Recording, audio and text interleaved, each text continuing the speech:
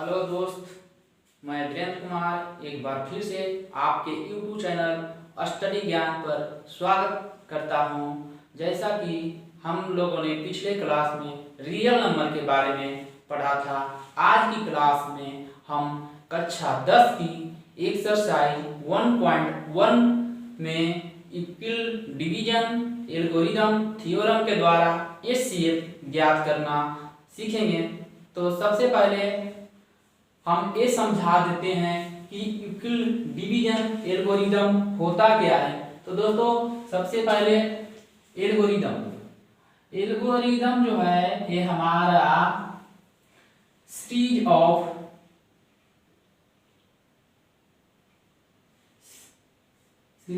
Of well defined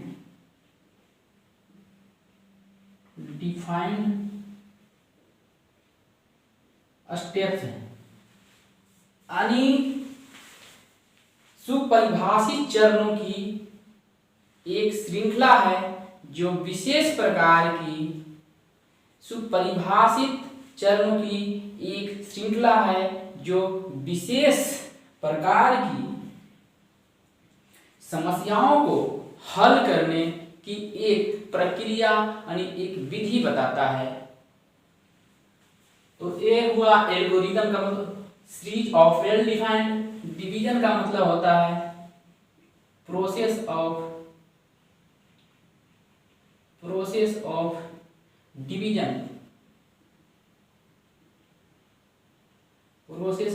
यानी भाग देने की प्रक्रिया। और इक्विल्स जो थे ये हमारे महान गणितज्ञ थे, ये जो थे हमारे महान गणितज्ञ थे यानी महान विद्वान गणितज्ञ थे। यानी ये एक सिर्फ नाम है, ये वैज्ञानिक का नाम है। तो दोस्तों, इसने एक मतलब प्रोसेस दिया यानी एक थ्योरम दिया है, उसी का नाम पर ये जो इक्वल डिवीजन एल्गोरिदम इन्हीं वैज्ञानिक के नाम पर ही रखा गया है, यानी इसीलिए इसको हम इक्वल डिवीजन एल्गोरिदम कहते हैं। यानी इन्होंने जैसे कि दोस्तों सबसे पहले हम देख लें कि वो प्रक्रिया क्या है। आप लोग सभी जानते हैं कि यदि किसी नंबर है, यदि कोई ये नंबर n है, इस नंबर में आपको बोला जाए कि आप 2 से भाग दीजिए, 2 से आप भाग दीजिए 3 मर्द में और शेषफल हमारा 1 आएगा। तो क्या आप ये नंबर ज्ञात कर सकते हैं? तो बोलोगे जी सर ज्ञात कर सकते हैं। तो कैसे ज्ञात करेंगे? इतना हम जानते हैं कि किसी भी नंबर में आप 3 मर्द में भाग देते हैं और शेषफल हमारा 1 आएगा, तो ये हमारा नंबर क्या हो सकता है? तो देखो 2 तिया का 6 घटाएं तो ये हमारा रिमाइंडर दे रखा है कि 1 आएगा, शेषफल हमारा 1 आएगा। तो ये संख्या क्या हो सकता है? तो आप बता सकते हैं कि 2 तिया 6 घटाने पर शेषफल 1 आ रहा है, तो ये संख्या हमारा 7 हो सकता है, ये संख्या हमारा 7 हो सकता है। तभी तो 2 तिया 6 भाग देने तो आप सभी लोग पहले ही जानते हैं, लेकिन यह एक प्रक्रिया या एक प्रोसेस है। तो 2 तिया 6 घटाएंगे इस नंबर से तो शेष हमारा 1 बचेगा। तो ये नंबर हमारा ज्ञात हो गया कि ये नंबर 7 ही होगा। और कोई तो ऐसा हो नहीं सकता है जिसमें हम 2 से भाग देंगे 3 मर्द में तो शेषफल हमारा 1 आएगा। तो दोस्तों, इस नंबर को अगर ज्ञात करने के लिए हम इस फॉर्म में ये लिखा जाए n बराबर 2 गुणे 3 प्लस 1, यही तो नंबर है। 3 दूने 6 और प्लस 1 7। तो दोस्तों, इसको आप लोग पहले ही पढ़ चुके हैं कि इसको हम भाजक कहते हैं। इसको जिससे भाग देते हैं वो भाजक कहलाता है। जिसमें भाग देते हैं, जिस संख्या में भाग देते हैं उसे आप लोग भाज्य कहते हैं। और जितनी मर्द में आप भाग देते हैं उसे आप भागफल कहते हैं। इसको आप लोग भागफल कहते हैं। और जो शेष बचता है उसको शेषफल आप कहते हैं, इसे हम शेषफल कहते हैं, शेषफल कहते हैं। तो दोस्तों इसको हम इंग्लिश में साथ में लिखते चले, डिवाइजर कहते हैं। ये हमारा डिवाइजर हो गया, ये हमारा डिवाइजर हो गया, ये जो हमारा ये हमारा डिविडेंड कहलाया, डिविडेंड कहलाया, ये हमारा कोशेंट कहलाता, ये हमारा जो है वो कोशेंट कहलाता है।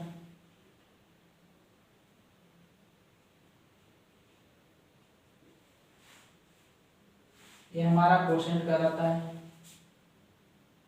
सॉरी कोशेंट कहलाता है।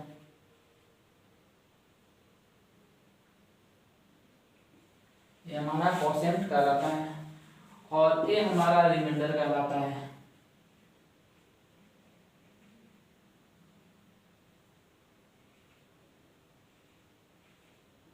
ये हमारा रिमाइंडर कहलाता है। तो दोस्तों जैसा कि हम ये बताए हैं कि एन हमें नंबर कोई निकालना हो तो क्या क्या प्रक्रिया करना पड़ता है, तो आप इसको इस रूप में लिख सकते हैं कि भाज्य, यानी यही तो नंबर हमारा है, अनिभाज्य बराबर आप यही चीज तो लिखे थे भाजक, ये जो दो हमारा है ये भाजक कहलाता है। भाज्य बराबर भाजक इंटू जिस जैन अर्थ में भाग देते हैं उसको भागफल यानी कोशेंट कहलाता है। तो ये हमारा भागफल का भाज्य बराबर भाजक गुणे भागफल, और जो ये हमारा शेष बचा रिमाइंडर जो हुआ जो शेषफल, ये जो हमारा एक आया था वो हमारा शेषफल कहलाता है।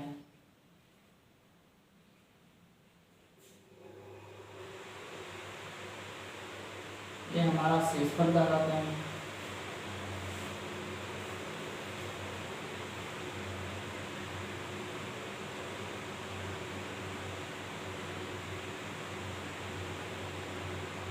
ये हमारा शेषफल कहलाया।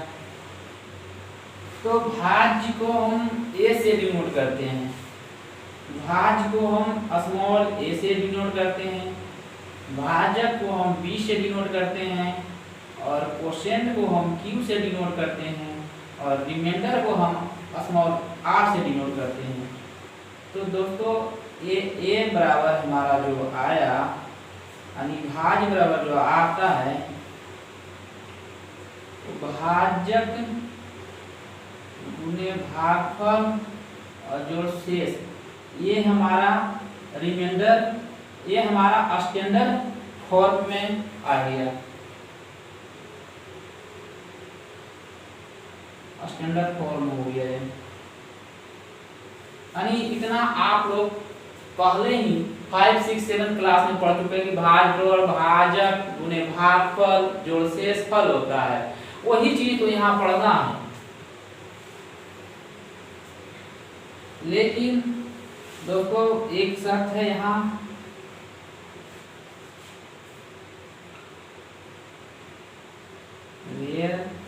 जहाँ r का जो मान होगा, r का जो मान होगा, r का जो मान होगा वो 0 से बड़ा या 0 के बराबर, लेकिन हमारा जो ये भाजक होता है, डिवाइजर होता है, डिवाइजर जो होता है उससे हमारा छोटा का, उससे हमारा ये छोटा होता है, उससे हमारा ये छोटा होता है।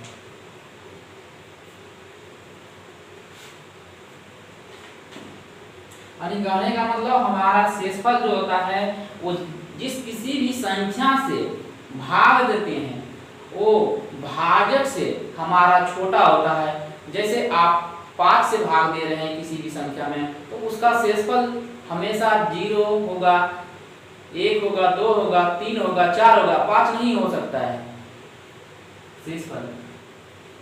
तो देखते हैं इसी तरह किसी भी एग्जाम्पल लेकर के।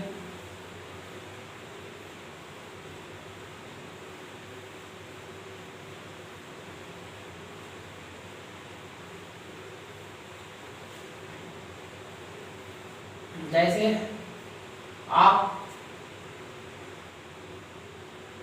को दे दिया ये 35 में भाग देने के लिए बोल दे आपसे कि आप 5 से भाग दीजिए, तो 7 × 5 = 35 लगेगा। ये हमारा 5 में से 5 गया 0, 3 में से 3 गया 0। तो यहाँ से हम नंबर निकालेंगे, यानी 35 वाली इसको हम स्मॉल a से डिनोट करते हैं। a बराबर b × q + r।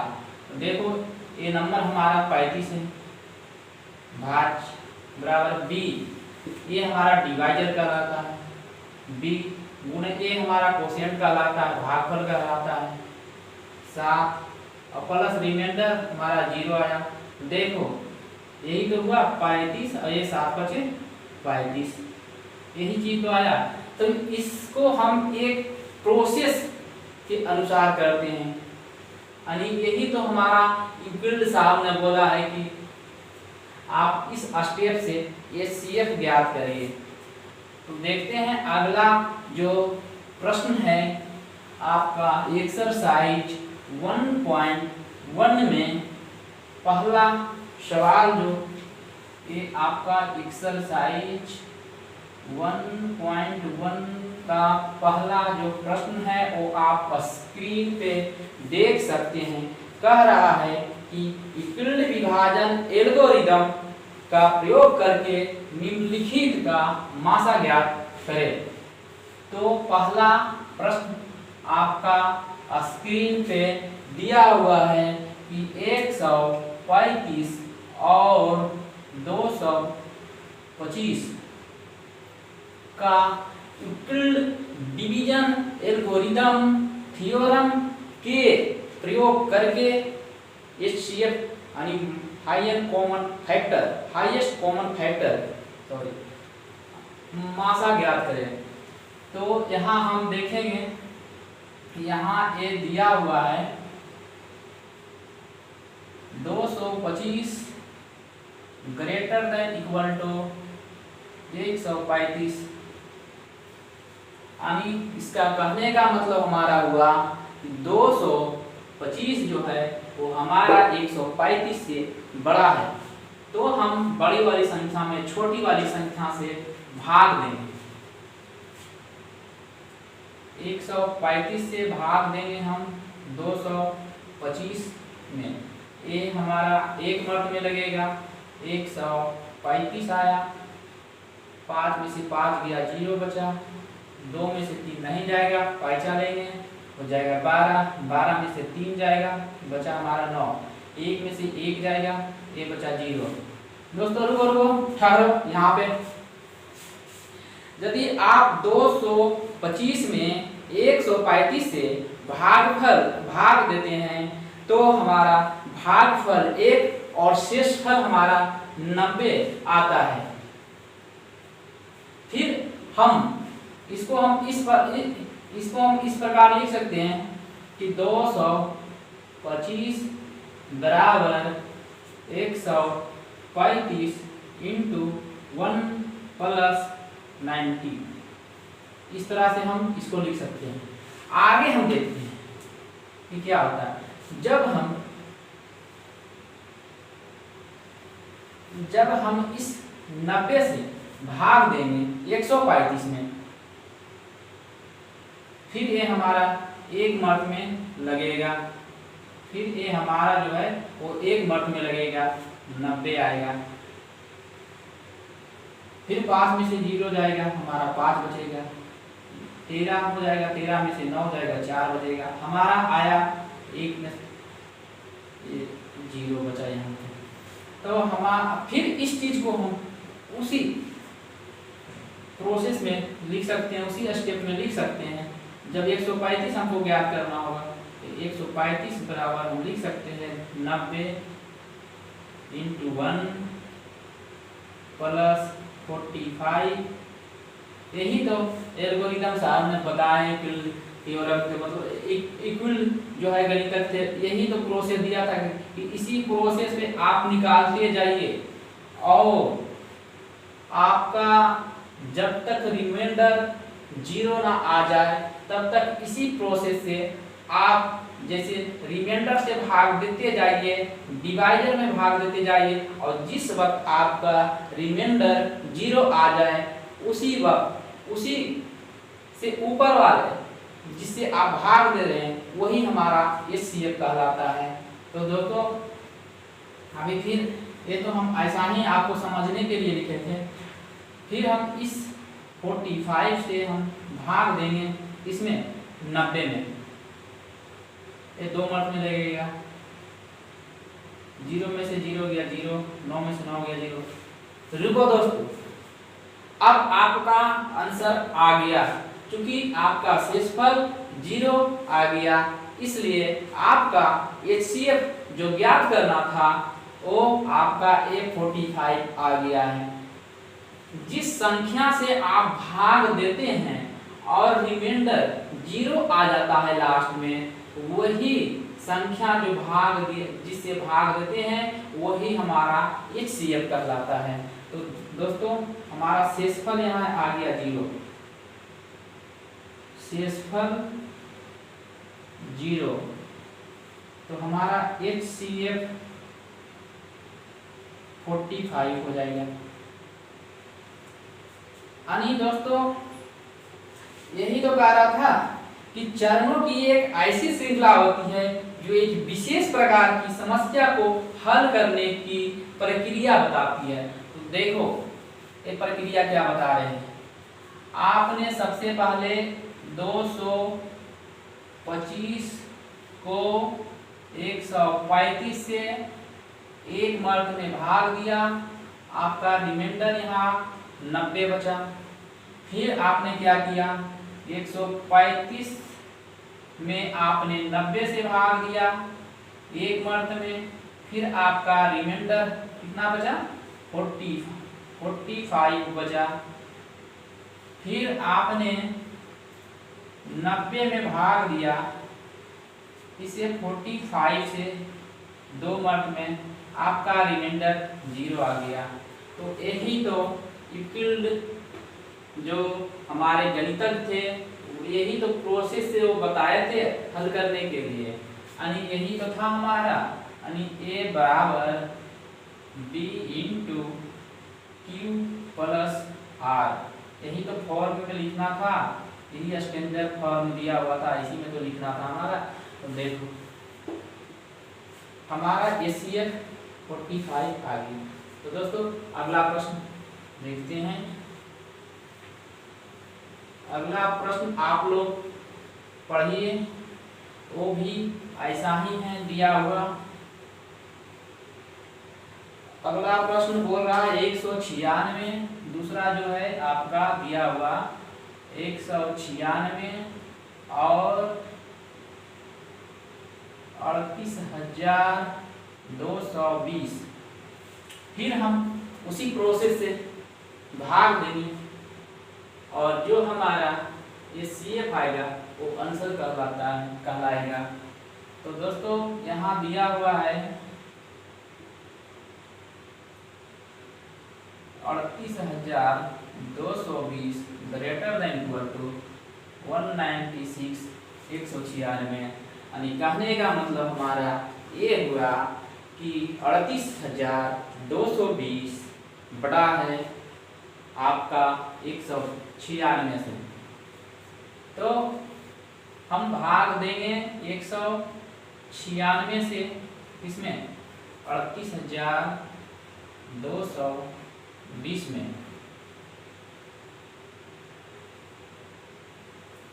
सबसे पहले हम देखते हैं एक मर्द में लगेगा ये हमारा 196 196। यहाँ 2 में से 6 जाएगा नहीं, पैसा लिए हो गया 12, 12 में से 6 जाएगा, बचा 6। यहाँ 7 है, पैसा लेने पर हो जाएगा 17, 17 में से 9 जाएगा, ये हमारा 8 बचेगा। यहाँ 2 है, 2 में से 1 गया, हमारा 1 बचा। ऊपर से हम उतारेंगे 2। अब दोस्तों ये देखते हैं 9 गुनी 18, 9 मत में हमारा लगेगा। 9 छक 54, 9 छक 54, 9 9 81 और 5 86, 9 1 9 और 8 हमारा 17 हो जाएगा। ये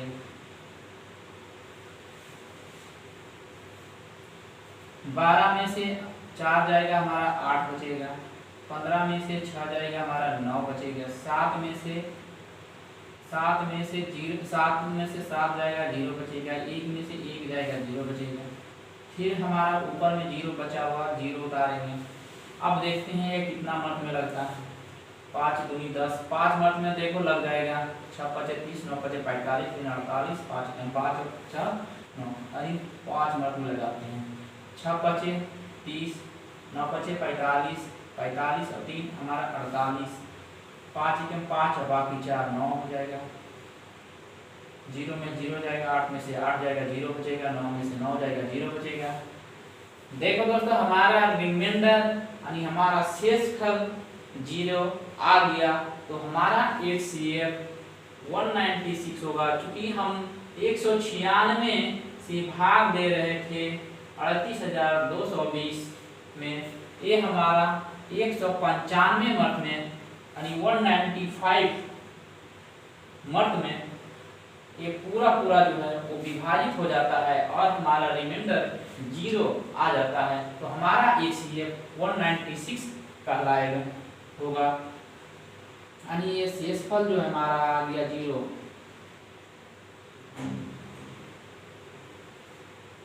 HCF हमारा हो जाएगा 196। यदि आप इस संख्या को ज्ञात करोगे तो ये संख्या इस रूप में लिखा हुआ है आपका 38,220 इक्वल टू, अगर आप 196 से एक 195 में मल्टीपुल करोगे यानी गुणा करोगे और प्लस ये शेष जो आया हमारा वो 0 जोड़ दोगे, आपका ये संख्या जो है वो निकल करके आ जाएगा। यानी वेल डिफाइंड स्टेप्स के थ्रू आपका ये प्रूव हो जाएगा। तो दोस्तों अगला प्रश्न देखते हैं क्या कर रहा है। आप लोग भी अगला प्रश्न अपने स्क्रीन पे देखें क्या कर रहा है। अगला प्रश्न में दिया हुआ है 867, जैसा कि आप लोग देख रहे हैं, और 225। इसे भी यूक्लिड विभाजन एल्गोरिदम थ्योरम का प्रयोग करते हुए HCF ज्ञात करने के बता रहा है। तो देखते हैं, यहाँ दिया हुआ है 867 ग्रेटर देन इक्वल टू 225, यानी 867 बड़ा है हमारा 225 से। तो 225 से हम भाग देंगे 867 में, ये हमारा 3 मत में लगेगा। 3 5 15, 3 2 6 1 7, 3 2 6, मिटाने के बाद आ जाएगा हमारा 7 में से 5 जाएगा, 2 बचेगा। यहाँ 16 में से 7 जाएगा, ये हमारा 9 बचेगा। 7 में से 6 जाएगा, 1 बचेगा। फिर हम इस 192 में 225 इससे हम भाग देंगे 225 में, फिर ये हमारा 1 मत में लगेगा 192। 15 5 में से 2 जाएगा, 3 बचेगा। ये हमारा 12 हो जाएगा, 12 में से 9 जाएगा, 3 बचेगा। 1 में से 1 जाएगा, 0 होगा, रिमाइंडर हमारा 33 आया। और फिर इस 33 से हम भाग देंगे किसमें 192 में। फिर हम इससे भाग देंगे 192 में, ये हमारा 5 मिनट में लगेगा। 5 तिया 15, 5 तिया 15 और 1 16। घटाने के बाद आ जाएगा आपका 12 में से 5 जाएगा 7 बचेगा, 8 में से 2 8 में से 6 जाएगा 2 बचेगा, 1 में से 1 जाएगा 0 बचेगा। फिर आपका इस 27 से भाग देना होगा 33 में 1 मिनट में लगेगा आपका 27 हो जाएगा। घट करके आ गया 13 में से 7 जाएगा 6 बचेगा, 2 में से 2 जाएगा 0 बचेगा। फिर इस 6 से आप भाग दीजिएगा 27 में, ये आपका 4 मिनट में लगेगा। ये आपका 4 मिनट में लगेगा। 6 चौक 24, आपका रिमाइंडर यहाँ 3 बचेगा, 2 में 2 जाएगा 0। फिर आप इस 3 से भाग दीजिएगा 6 में, तो 3 दूना 6। अब हमारा रिमाइंडर 0 आ गया। हमारा शेषफल जो होता है,